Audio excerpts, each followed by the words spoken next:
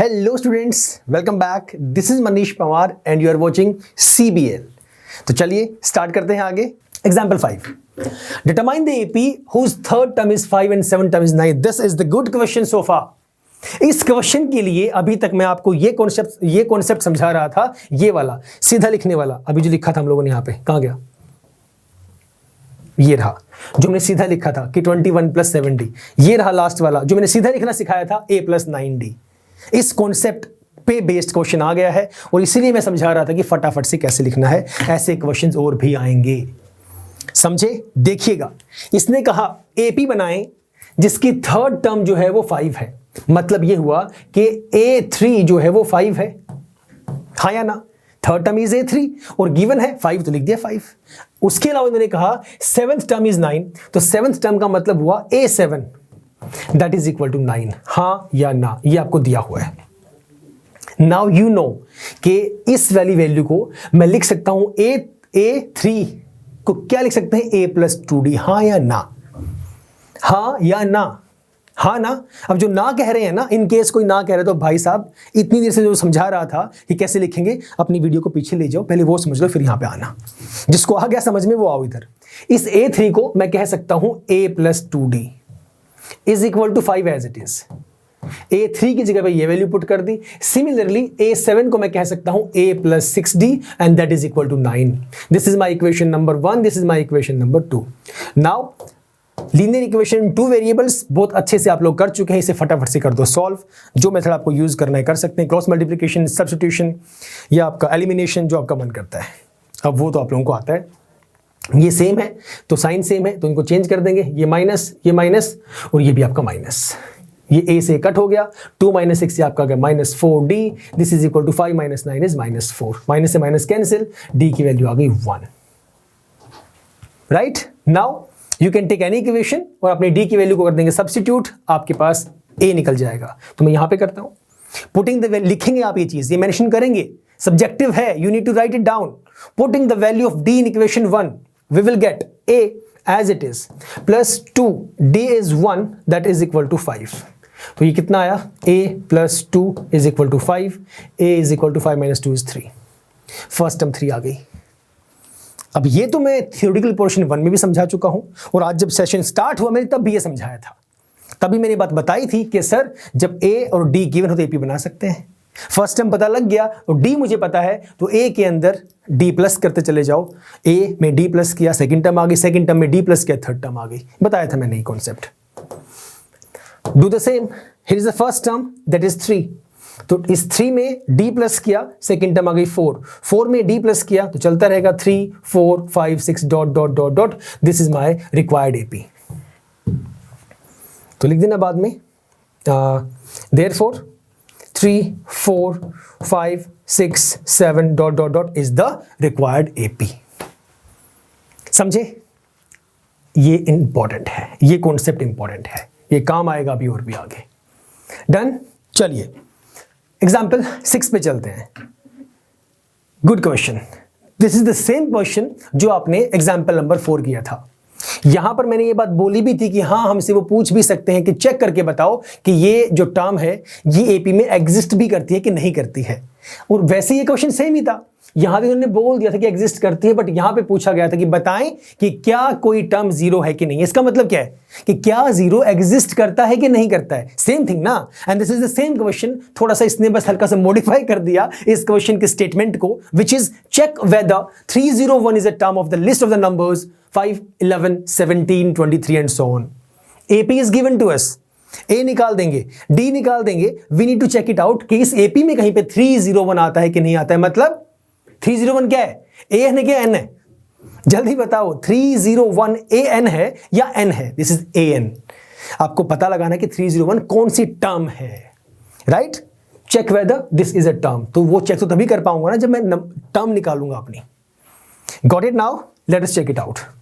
करते हैं पता। इनिशियली आप मेंशन करेंगे, बताएंगे A दिस इज माई 5, यहां से निकाला। D आप लिखेंगे, फॉर्मूला जरूर लिखना है, छोड़ना नहीं है। A2 - A1 that is 11 - 5 which is equal to 6। और ए एन मैंने बताया अभी, ये ए एन क्यों है, रीजन बता चुका हूं, that is 301. Now let us put the formula. We have the formula a n is equal to a plus n minus 1 into d. Perfect. Put a n 301, ये लो. This is equal to a is your 5, perfect, plus n minus, अब यहां पे 301 minus 1 मत कर देना, गलती मत करना. एन तो निकालना है इसलिए n माइनस 1 ही रहा, और डी की वैल्यू आपने बताई थी 6. कर दो सॉल्व. ये वहां जाके माइनस का हो जाएगा, कितना आएगा, ये माइनस का हो गया. This is 296 is equal to n minus 1 into 6. Divide करो, n माइनस 1 यहीं पे रहेगा, ये 6 आपका डिवाइड में चला गया. This will be 296 upon 6. Divide कर दो. 6 4 24. राइट तो ठीक है, लेकिन क्या ये फर्दर कंप्लीटली डिवाइड होगा? आपने 6 से कर दिया, 6 4 24, 29 माइनस 24 5 हमारे पास आया, देन कैरी किया 656. 6 के टेबल में 56 नहीं आता. मतलब ये हुआ कि यहां पे जो वैल्यू आएगी वो डेसिमल में आएगी, और यहां पे जब डेसिमल में आ गया, जब ये -1 वहां जाके प्लस, मैं बता रहा हूं करके दिखाऊंगा अभी, ये वैल्यू डेसिमल में आने वाली है, और जब ये -1 वहां जाके प्लस हो जाएगा तब भी वो वैल्यू डेसिमल में ही रहेगी. हम क्या बात कर रहे हैं स्टार्टिंग से, हम यही बोल रहे हैं कि आपकी जो टर्म होगी यही होगी first term, second term, third term. ये नहीं हो सकता 1.2th टर्म, नहीं हो सकता. हाँ, वो किसी टर्म की वैल्यू हो सकती है, but this can not happen कि 2.7th टर्म, पॉसिबल नहीं है वो चीज. राइट. तो इसीलिए ये तो पता लग गया कि भाई 301 इस एपी में कहीं पे नहीं आता है, कहीं पे एग्जिस्ट नहीं करता है. हम वो रीजन लिखेंगे एंड में, पहले से कर लेते हैं. लेट्स डू वन थिंग, इसे डेसिमल में ना निकाल लो, गलत नहीं होगा, जैसे आपका मन करे. इसे 2 से कर दो ना, 2 3 6, 2 से करो 2 1, 2 4 8, 2 8 16. राइट. अब उसके बाद नेक्स्ट स्टेप, यहां पे n रह गया आपका, -1 वहां जाके प्लस का हो गया. सो 148 अपॉन 3 और प्लस आपका 1. फर्दर कर दो सॉल्व. Take LCM. n की वैल्यू कितनी आ जाएगी, 49 50 51, 151 अपॉन 3. डेसिमल में निकालते रहना, निकालना है तो, अगर अदरवाइज कोई जरूरत नहीं है. ये मुझे पता है कि भाई n मेरा फ्रैक्शनल वैल्यू नहीं हो सकती, ये लिखेंगे हम लोग. अगर डेसिमल में निकालेंगे तो आप लिखेंगे n can not be in decimal. अगर फ्रैक्शन में लिखना है तो आप लिखेंगे n can not be in fraction. So we can say 301 is not a term of the given AP. That's all. ये हमारा आंसर है. अगर हमारे पास n जो है वो नेचुरल नंबर आता तो पता लग जाता कि हाँ ये कहीं ना कहीं पे एग्जिस्ट करती है, लेकिन ये कहीं पे एग्जिस्ट नहीं करती है. No, 301 is not a term of the list of the numbers. Right. चलिए नेक्स्ट क्वेश्चन, एग्जाम्पल 7.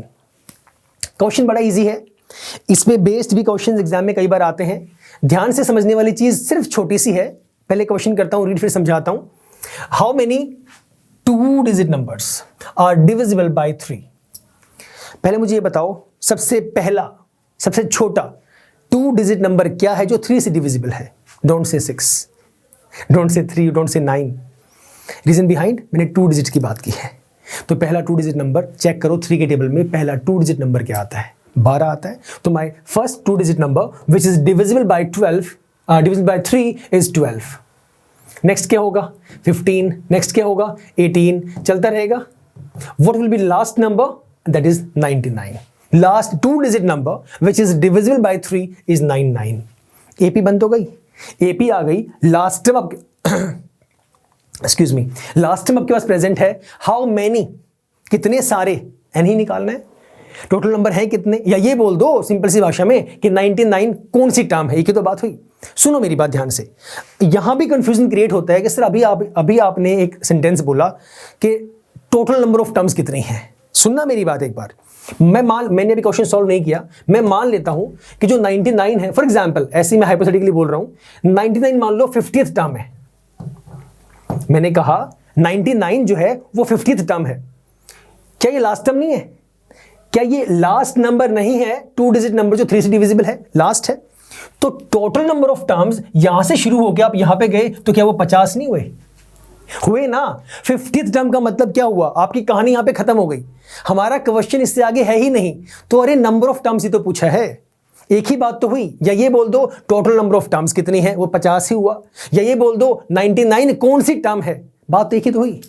सवाल एक ही तो है, क्योंकि ये लास्ट नंबर है, यही 50वां नंबर है, टोटल नंबर ऑफ टर्म्स 50 हैं, कहानी एक ही तो है, भाषाएं अलग अलग हैं, languages are different, conclusion is same, right. So इस कंफ्यूजन, इस सेंटेंस में कंफ्यूज नहीं होना है कि मीनिंग क्या निकल रहा है, सेम मीनिंग है। Okay, let us solve this now. So अच्छा, एक और चीज, इसको सॉल्व करने से पहले एग्जाम में ये भी हो सकता है डिविजिबल बाय 6, यहां कुछ भी आ सकता है, 11 आ सकता है, यहाँ पे हाउ मेनी 3 डिजिट नंबर्स भी आ सकता है एग्जाम के अंदर, डिविजिबल बाय 7, 11, 15, 18, कुछ भी हो सकता है वो। तो आपको उसके पहले मल्टीपल लिखने पड़ेंगे, मल्टीपल स्टार्ट वहां से करेंगे जितने डिजिट नंबर की वो बात कर रहा है। Getting my point? बेसिक सी गलती के कारण सारा क्वेश्चन गलत हो जाएगा, बाद में मत कहना कि सर ओहो छोटी सी मिस्टेक हो गई। तो हो गई तो हो गई, उसका कोई फायदा नहीं है। अब read the question carefully, write the statement, write the A, write D very carefully. So for this question, let us solve. First 2-digit number which is divisible by 3 is 12. Let us make the AP. 12, 15, 18, 3 लिख दो, उसके बाद आप कह सकते हो dot dot dot dot और last term आपकी 99। आप मेंशन करिए A क्या है, D क्या है, सब कुछ बताइए। A है 12, D है, ये तो वैसे ही पता होना चाहिए आपका, D 3 है। अब यहां पे मत देखना, पता तो है डिविजिबल बाय 3 का मतलब क्या है, 3 का ही गैप होगा सब में, D is 3, और ये जो 99 है this is your AN, that is equal to 99। करिए पुट, निकालिए।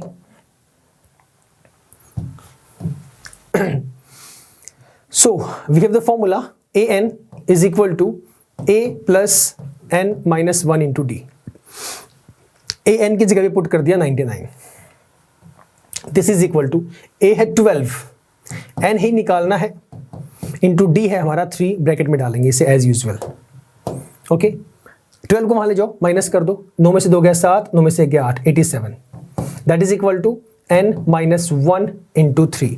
3 को वहां ले जाकर डिवाइड कर दो, 8 7 15 डिवाइड कर दो, 3 2 6, 3 9 27, that is equal to N minus 1। N की वैल्यू कितनी आ गई, माइनस वाले के प्लस का हो जाएगा, N इज इक्वल टू 30। ये आपके पास आंसर है। क्या था क्वेश्चन में, how many 2 digit number, so 32 digit numbers हैं। ये 30th पोजीशन पे आता है, गिनना जब शुरू करोगे 1 2 3 4, 99 30th नंबर पे आता है, और you can say 30th term is 99 as per this AP।